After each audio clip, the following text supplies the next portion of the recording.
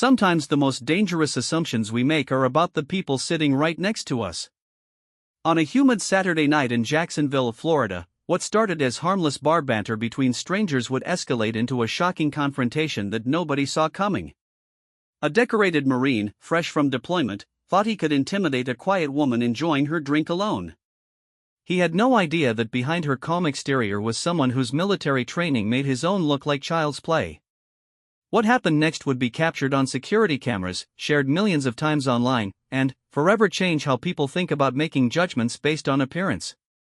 This is the true story of when predator became prey, when assumptions became dangerous, and when one woman's hidden identity turned a typical night out into an unforgettable lesson about respect, power, and the deadly mistake of underestimating someone you've never met.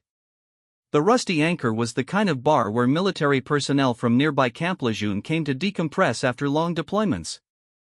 Its weathered wooden floors had absorbed decades of spilled beer, whispered secrets, and the heavy boots of Marines seeking refuge from the intensity of military life. The dim lighting cast long shadows across red vinyl booths, while classic rock played softly from speakers that had seen better days. On this particular Saturday evening in late September, the autumn air carried the promise of cooler weather, but, inside the bar, the atmosphere was thick with humidity and anticipation.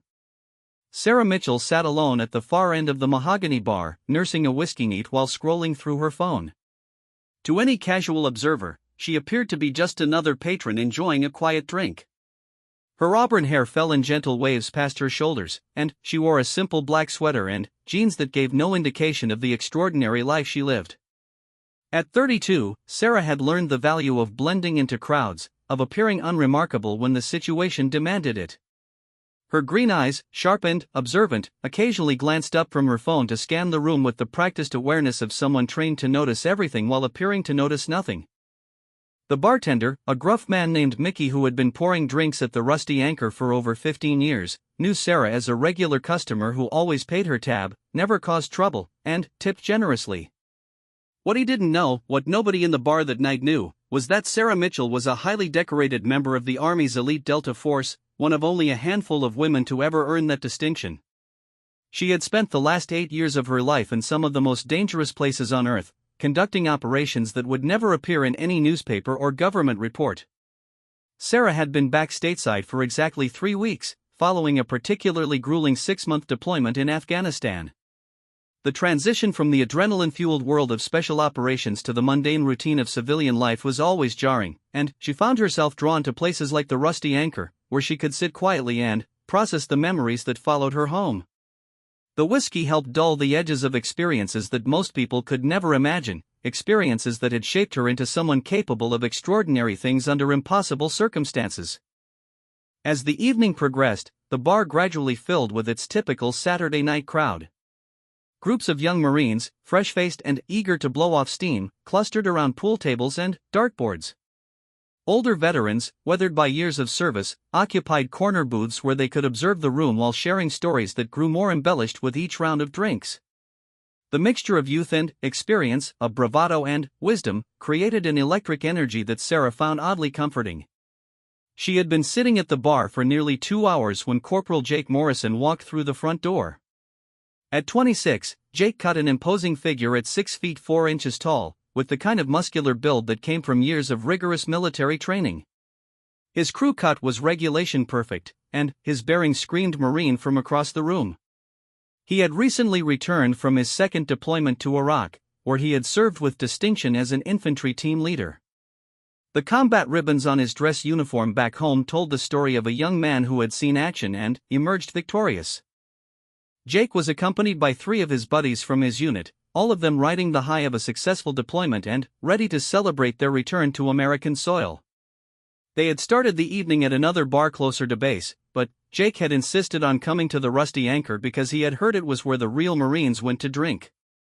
He was the kind of person who believed that respect was something you took rather than earned, and he had developed a reputation for being aggressive with civilians who he felt didn't properly appreciate military sacrifice. As Jake and his friends claimed a table near the center of the bar, his eyes immediately locked onto Sarah sitting alone. Something about her solitary presence and apparent vulnerability triggered a predatory instinct that had been building in him throughout his military career. He saw an opportunity to demonstrate his dominance to his friends while intimidating someone he perceived as weak and defenseless. Jake had always been drawn to situations where he could exercise power over others, and the civilian world provided plenty of targets who couldn't fight back against someone with his training and physical advantages. Sarah noticed the new arrivals immediately, her peripheral vision cataloging their positions, body language, and potential threat levels without ever looking directly at them. Years of operating in hostile environments had given her an almost supernatural ability to assess dangerous situations before they fully developed. She recognized the type immediately: young Marines full of testosterone and false confidence, looking for someone to push around to make themselves feel important. She had encountered hundreds of men like Jake throughout her military career, and she knew exactly how these situations typically unfolded. What Jake and his friends couldn't see was the subtle change in Sarah's posture as she became aware of their presence. Her shoulders relaxed slightly, her breathing became more controlled, and her hands moved into positions that would allow for immediate action if necessary. These were reflexes developed through years of training and real-world application, automatic responses that occurred without conscious thought.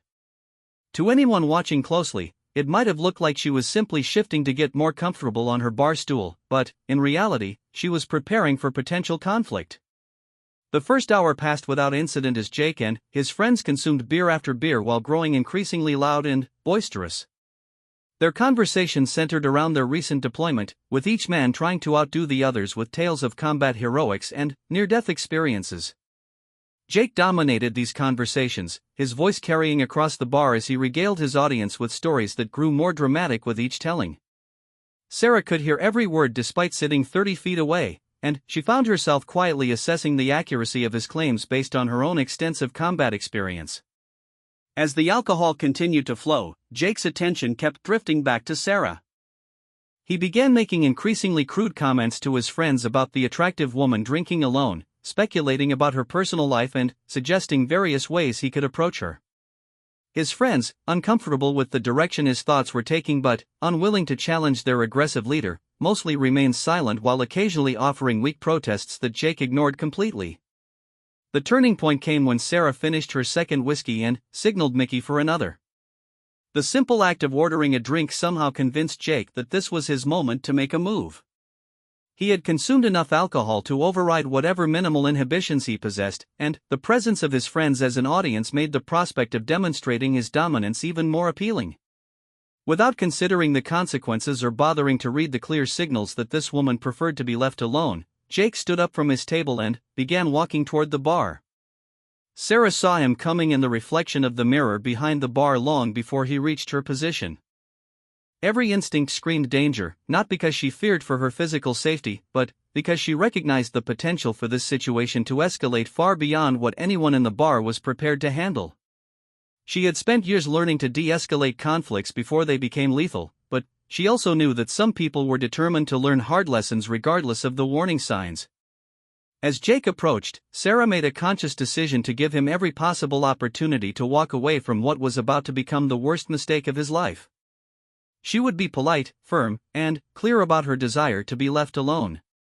What happened after that would be entirely up to him, but she was already calculating exactly how this encounter would unfold based on his body language, alcohol consumption, and the obvious need to prove himself in front of his friends. Mickey, who had been serving drinks long enough to recognize trouble when it walked through his door, watched Jake's approach with growing concern. He had seen countless bar fights over the years, but something about this particular situation felt different. The woman at the end of his bar had never caused any trouble, but there was something about the way she was sitting, something about the calm confidence in her posture, that suggested she was far more prepared for confrontation than Jake could possibly imagine. The moment Jake opened his mouth to speak, several things became clear to everyone in the immediate vicinity. This was not going to be a friendly conversation between strangers sharing drinks.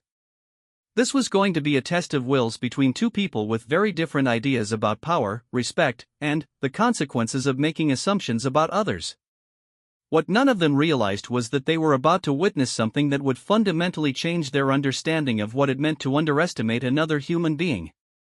Jake slid onto the bar stool next to Sarah with the kind of arrogant confidence that only comes from never having faced real consequences for inappropriate behavior. The smell of beer and cologne wafted from him as he positioned himself deliberately close, invading her personal space in a calculated move designed to make her uncomfortable. His opening words were delivered with a smirk that he clearly believed was charming but came across as predatory to anyone paying attention. Well, what do we have here? Pretty lady drinking all alone on a Saturday night. That's just not right. His voice carried the slight slur of someone who had consumed just enough alcohol to remove his filter while maintaining enough coordination to feel dangerous. Name's Jake Morrison, United States Marine Corps. Just got back from Iraq where I was keeping people like you safe and free. Sarah didn't look up from her phone immediately, hoping that ignoring him would send a clear message that she wasn't interested in conversation. She had dealt with countless men like Jake throughout her military career, and she knew that engaging too quickly would only encourage more aggressive behavior. Her response, when it finally came, was delivered in a calm, steady voice that betrayed none of the warning signs that someone with Jake's limited experience should have recognized. I appreciate your service, but I'm just here to enjoy my drink in peace. I'm sure there are plenty of other people here who would love to chat. She finally looked at him directly, and, for just a moment, Jake caught something in her green eyes that should have made him reconsider his approach. But the alcohol and his inflated ego made him interpret her steady gaze as a challenge rather than a warning. Mickey, who had been watching this interaction with growing unease, stepped closer while pretending to clean glasses. In his 15 years behind this bar, he had developed an almost supernatural ability to sense when situations were about to spiral out of control. The way the woman was holding herself, the controlled tension in her shoulders, and the deliberate precision of her movements suggested someone with training far beyond what most civilians possessed. But Jake was too focused on asserting his dominance to notice these subtle warning signs. "Oh, come on now, don't be like that," Jake continued, moving even closer until his knee was almost touching hers. "I'm trying to be friendly here. Buy you a drink, maybe get to know you better. You should be grateful that a real American hero is taking interest in you." His tone had shifted from what he probably thought was charming to something much more sinister, the underlying threat becoming more obvious with each word. Behind them, Jake's three friends were watching this interaction with varying degrees of discomfort. Private First Class Tony Rodriguez, the youngest of the group at barely 22, shifted nervously in his seat as he recognized that his team leader was crossing lines that shouldn't be crossed. Corporal Mike Stevens, who had known Jake for 2 years, had seen this behavior before and knew it rarely ended well for anyone involved. Sergeant First Class David Park, the most senior of the group, was beginning to consider whether he should intervene before things escalated further. Sarah set her phone down on the bar with deliberate precision, the action so controlled and purposeful that Mickey unconsciously took a step back. When she turned to face Jake directly, there was nothing in her posture that suggested fear or intimidation. Instead, she radiated the kind of calm confidence that comes from knowing exactly what you're capable of when pushed too far. "I'm going to give you one chance to walk away from this conversation and go back to your friends," she said, her voice still controlled but now carrying an unmistakable edge that should have warned Jake that he was approaching a line he didn't want to cross. "I'm not interested in your attention, your drinks, or your company. Find someone else to bother." Jake's reaction to this clear rejection was predictable for someone with his personality type. Rather than accepting the boundaries she had established, he interpreted her refusal as a personal insult that required immediate correction. His face flushed red with a combination of alcohol and wounded pride, and his voice rose enough to attract attention from other patrons throughout the bar. "Listen here, sweetheart, I don't think you understand who you're talking to. I've spent the last 15 months fighting terrorists so you can sit in this bar and drink your fancy whiskey. The least you can do is show a little respect and appreciation." He leaned even closer, his voice dropping to what he probably thought was an intimidating whisper. "And I don't take rejection well from civilians who don't know their place." Several other customers had begun to notice the increasingly tense conversation at the bar. A group of construction workers at a nearby table paused their discussion to watch what was unfolding, while two women in their 40s who had been enjoying a quiet evening out began gathering their purses, sensing that the atmosphere was about to turn ugly. The bartender Mickey was now openly watching the situation, his hand moving closer to the phone he kept behind the bar for emergencies. Sarah's response was delivered with the kind of icy calm that veteran combat soldiers learn to recognize as a prelude to violence. "Let me make this very clear, Corporal Morrison. Your service doesn't entitle you to my attention, my respect, or my time. Your rank doesn't impress me, your deployment doesn't obligate me to anything, and your attitude tells me everything I need to know about what kind of Marine you really are." The use of his rank caught Jake off guard for just a moment. Most civilians didn't know military protocol well enough to identify ranks correctly, and something about the way she said it suggested familiarity with military culture that went beyond casual observation. But his ego was too invested in the confrontation to allow him to process this warning sign properly. "You know what your problem is?"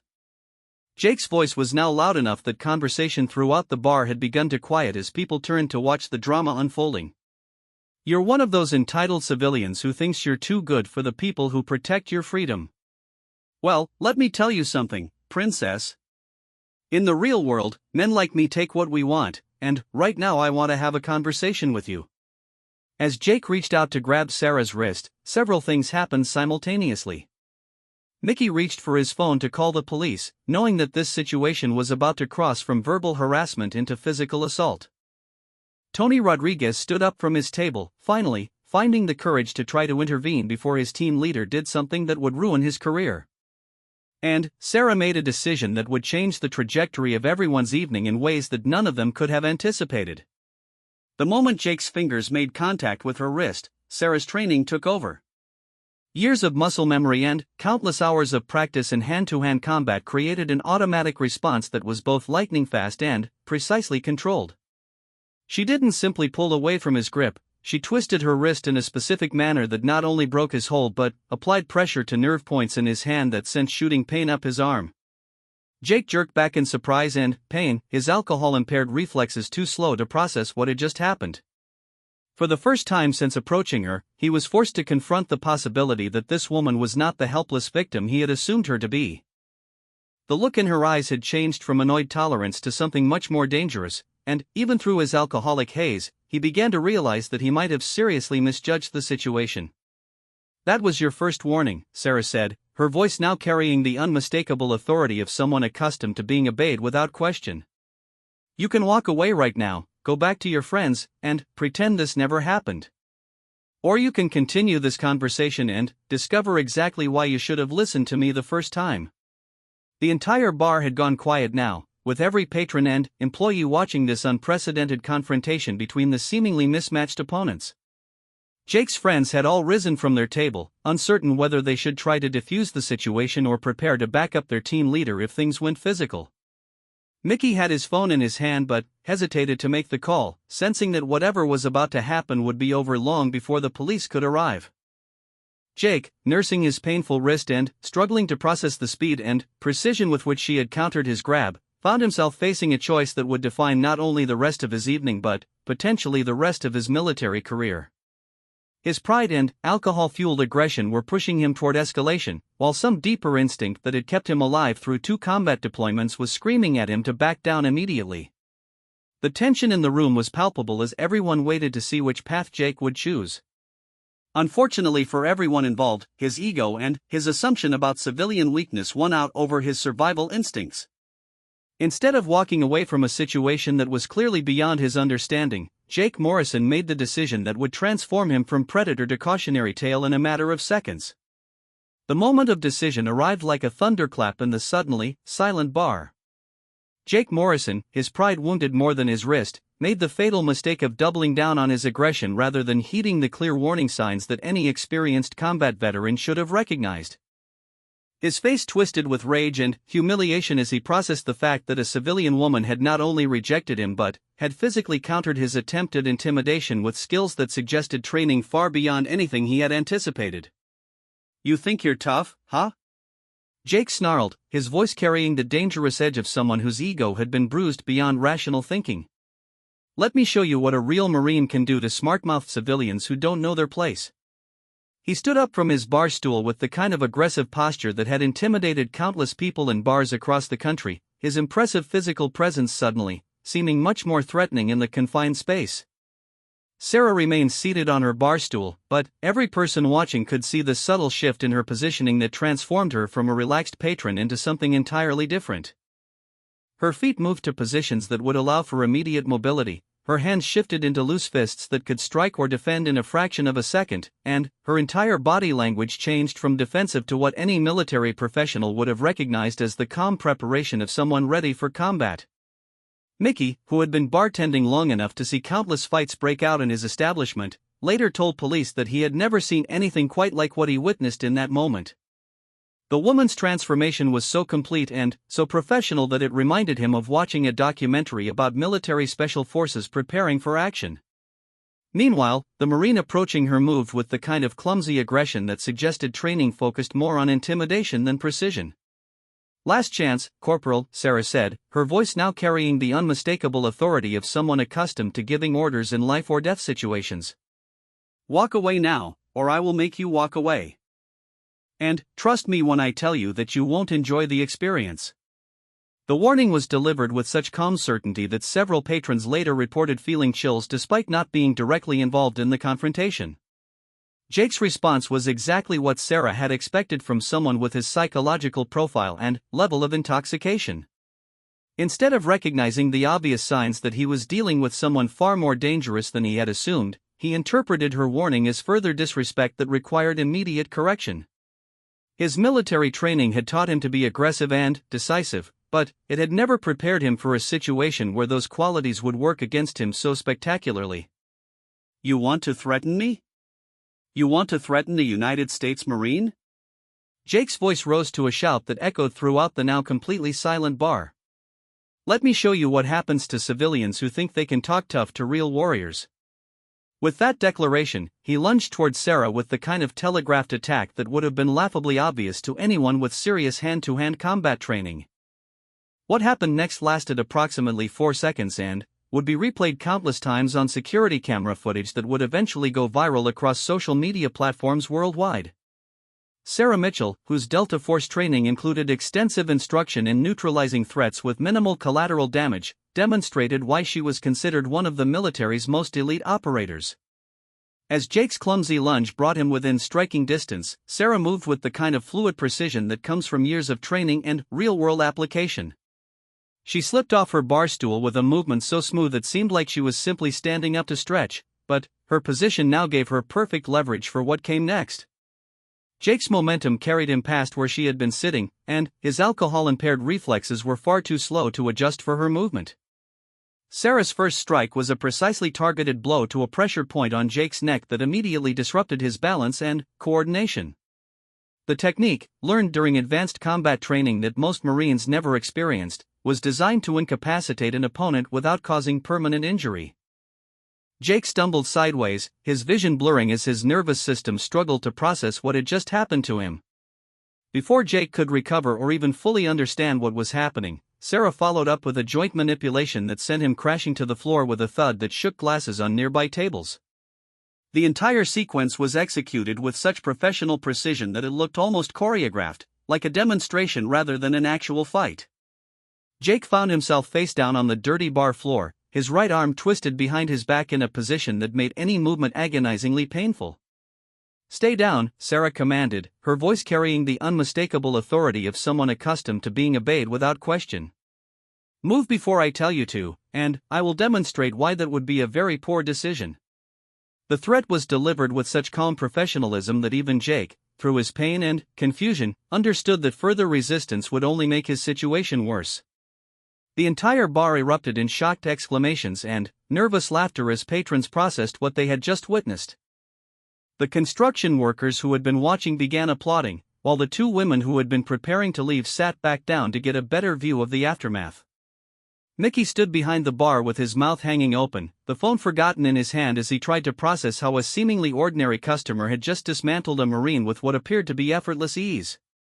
Jake's three friends sat frozen at their table, uncertain whether they should intervene on behalf of their team leader or simply pretend they had never met him. Tony Rodriguez, who had been contemplating stepping in earlier, now found himself grateful that he had hesitated. Mike Stevens was frantically trying to calculate how this incident would affect his own military career when word inevitably reached their command structure. David Park, the most senior of the group, was beginning to realize that their evening had just taken a turn that would require extensive damage control.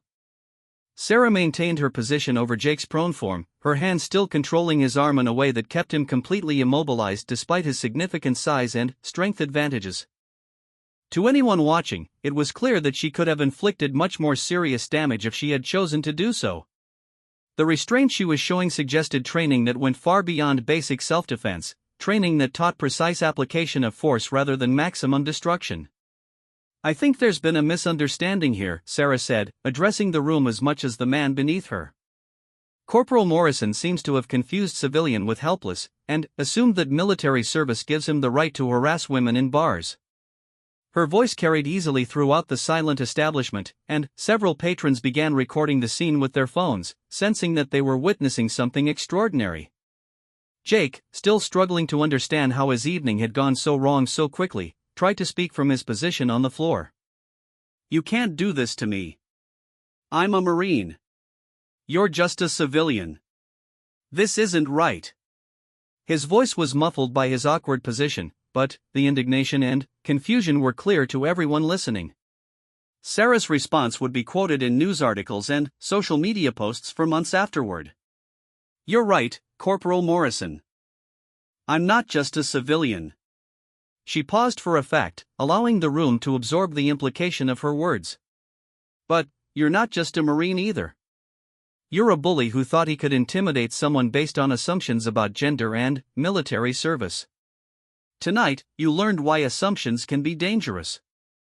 Mickey finally found his voice and stepped forward, though he maintained a respectful distance from the woman who had just demonstrated capabilities that clearly exceeded anything he had expected from a regular customer. "Ma'am, should I call the police? Are you hurt? Do you need any assistance?" His tone suggested that he was offering help to her rather than the man on the floor, a reversal that would have seemed impossible just minutes earlier. "That won't be necessary," Sarah replied, her attention still focused on Jake to ensure he didn't attempt any sudden movements. "I think Corporal Morrison has learned his lesson about consent and respect." "Haven't you, Corporal?" The question was directed at the man beneath her, and her tone suggested that his answer would determine how the rest of this encounter proceeded. The implications of what had just occurred were beginning to penetrate Jake's alcohol-fogged brain. Not only had he been humiliated in front of a bar full of witnesses, but he was beginning to suspect that the woman restraining him possessed military training that exceeded his own. The precision of her techniques, the calm authority in her voice, and the effortless way she maintained control suggested experience that came from sources he was only beginning to imagine.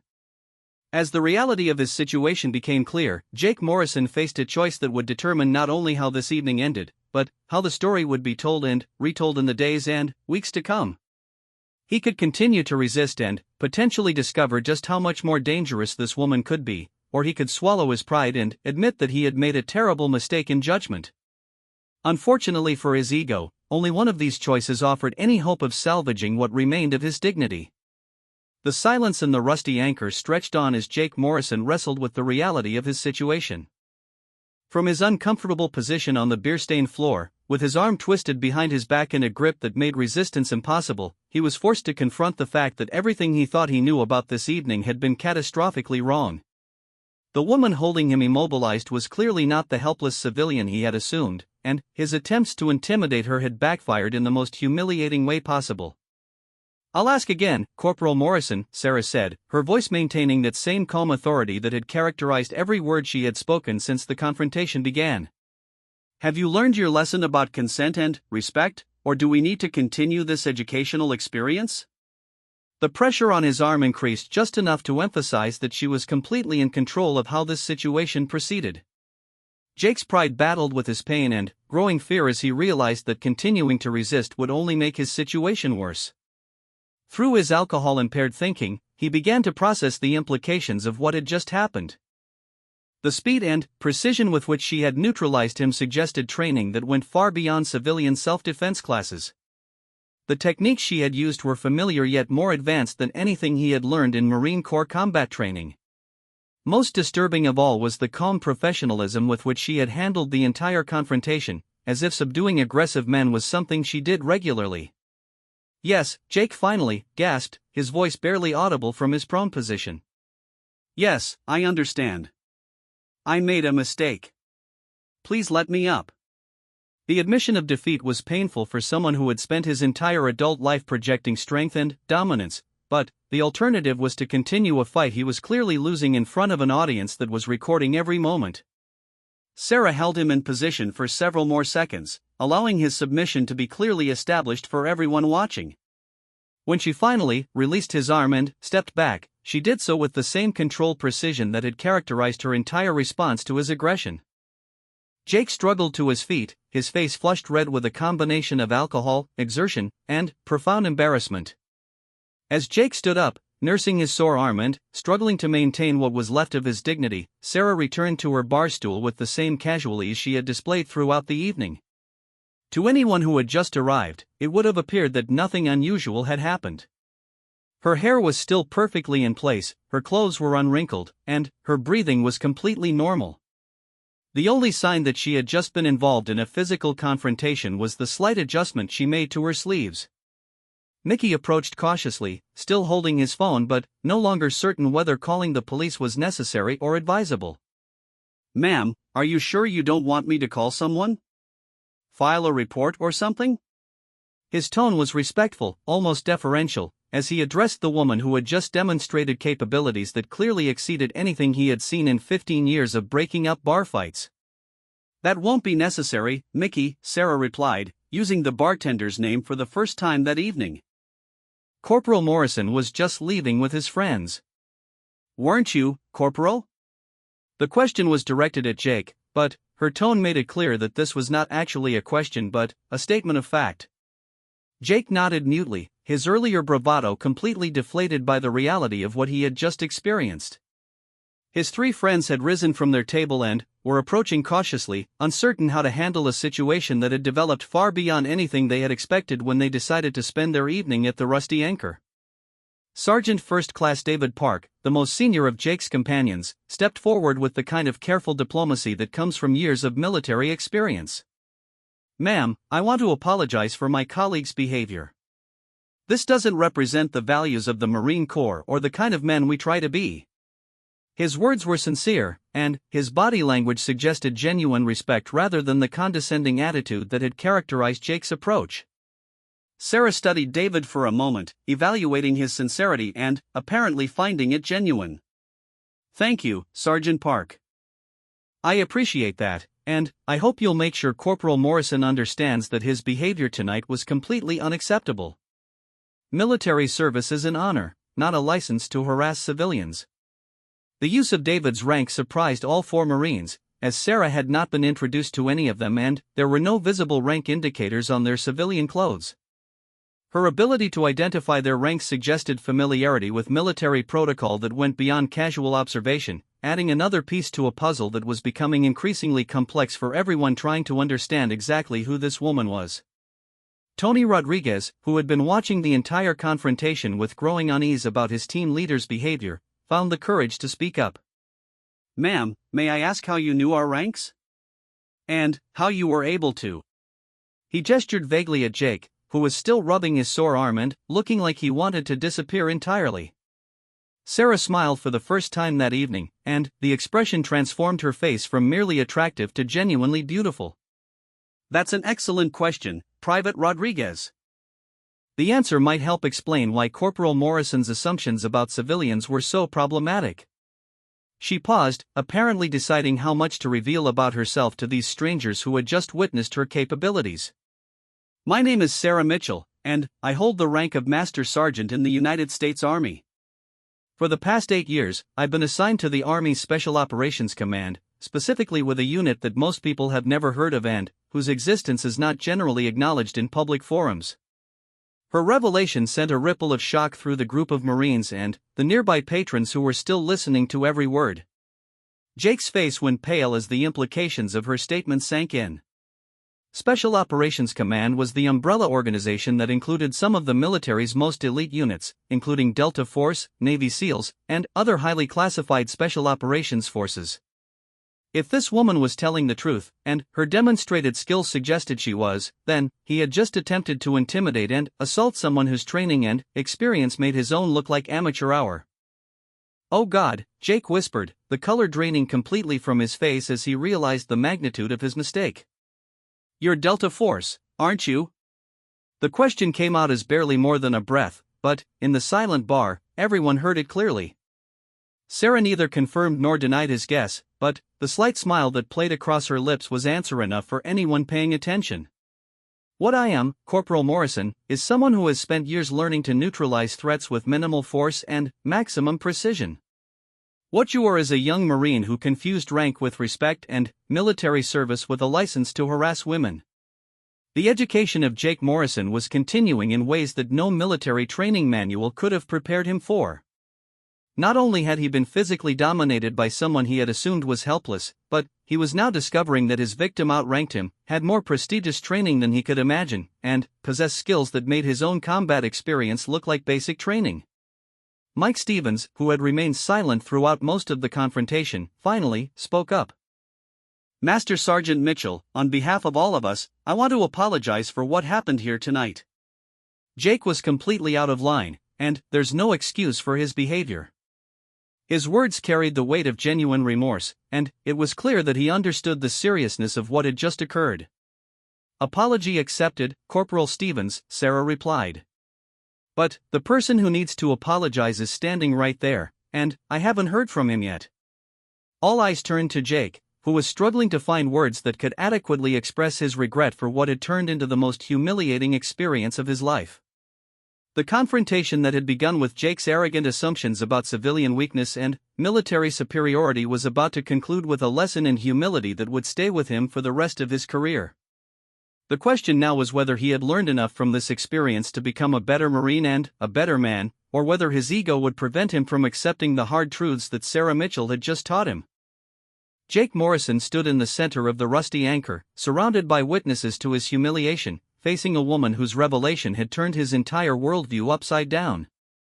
The silence stretched on as he struggled to find words that could adequately express his regret for what had become the most educational and embarrassing experience of his military career.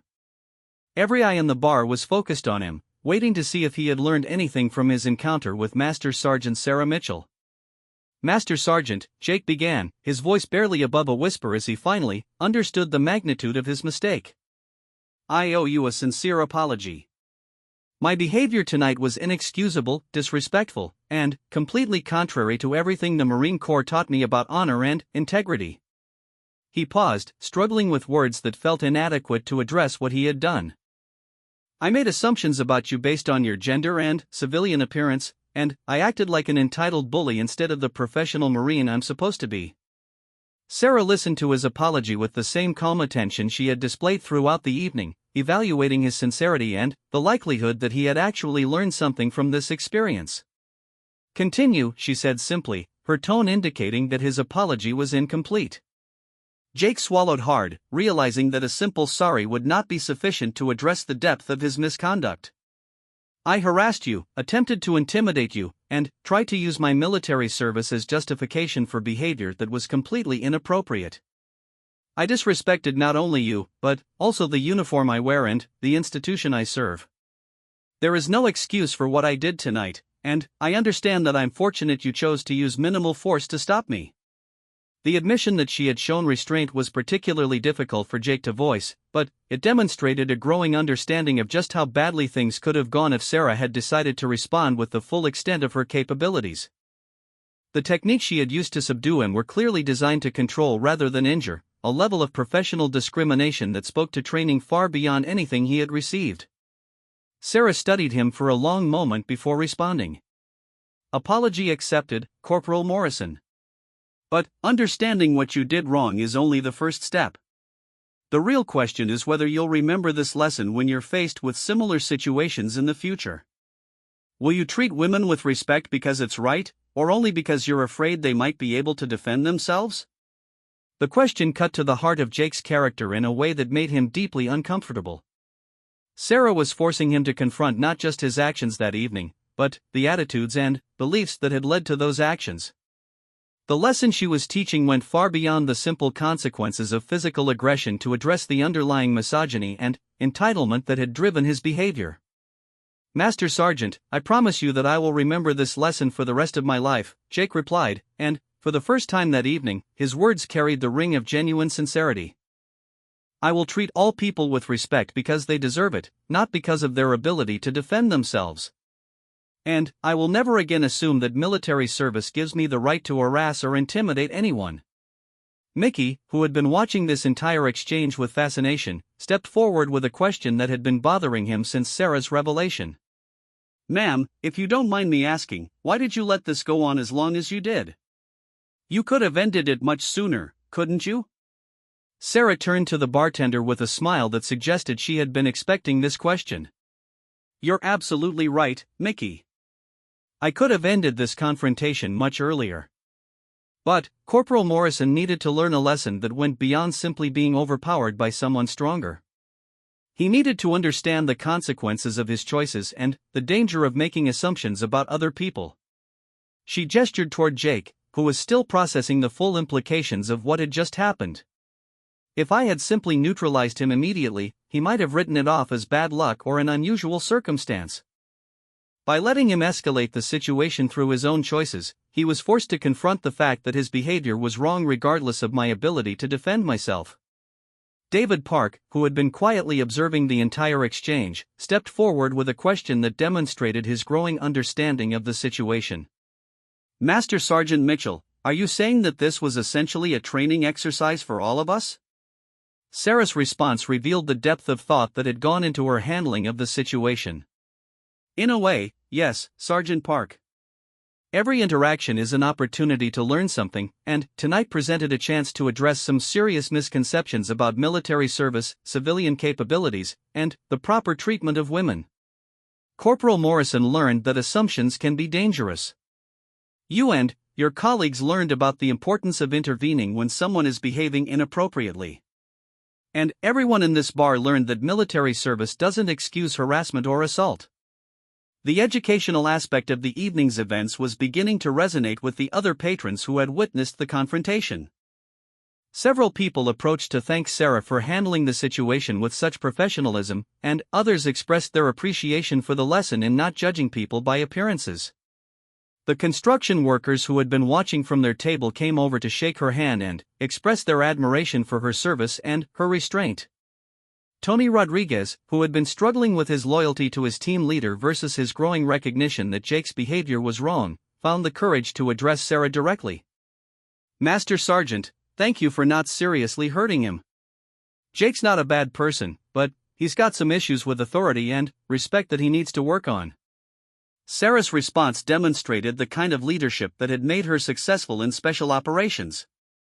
"Private Rodriguez, loyalty to your teammates is admirable, but it shouldn't extend to enabling bad behavior.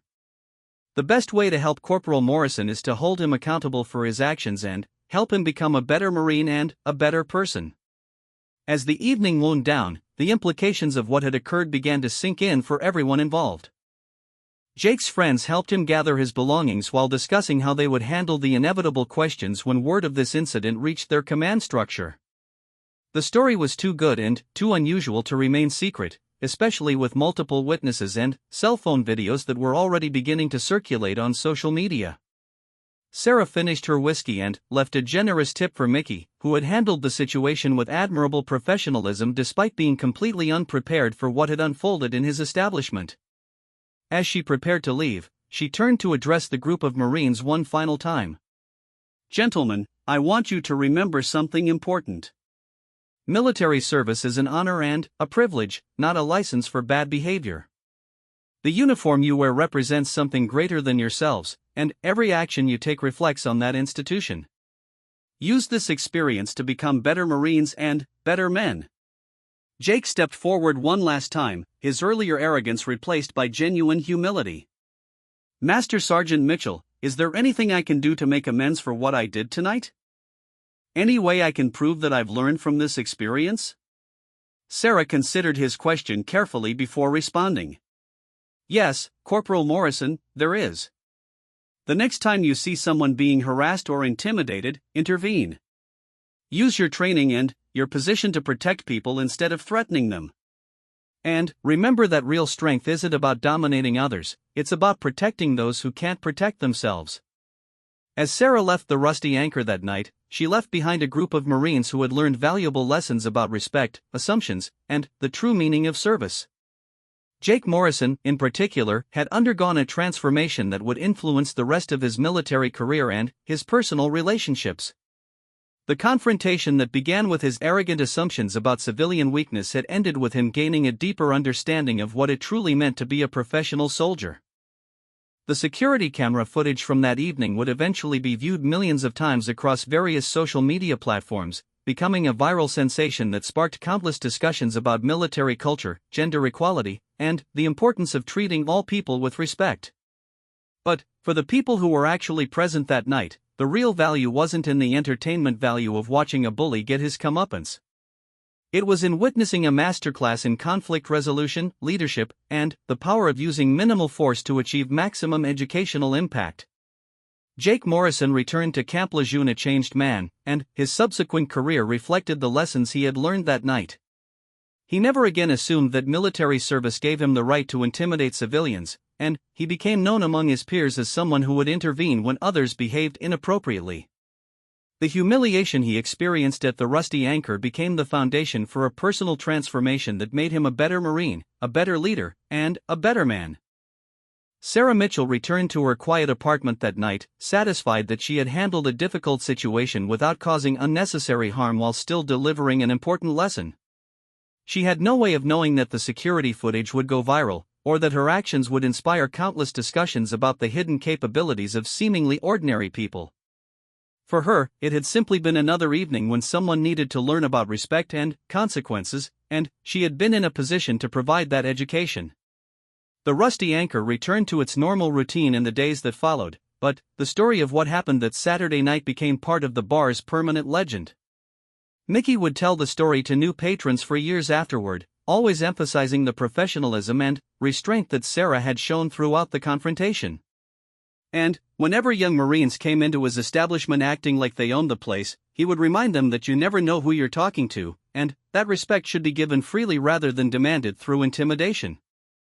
The lesson learned that night at the Rusty Anchor was simple but profound. Assumptions about other people can be dangerous. Military service is about protecting others rather than intimidating them, and sometimes the most valuable education comes from discovering just how wrong you were about someone you thought you understood. For Jake Morrison and everyone else who witnessed those events, it was a reminder that heroes don't always look like what you expect, and that real strength is measured by how you treat people who seem weaker than yourself, not by how effectively you can intimidate them.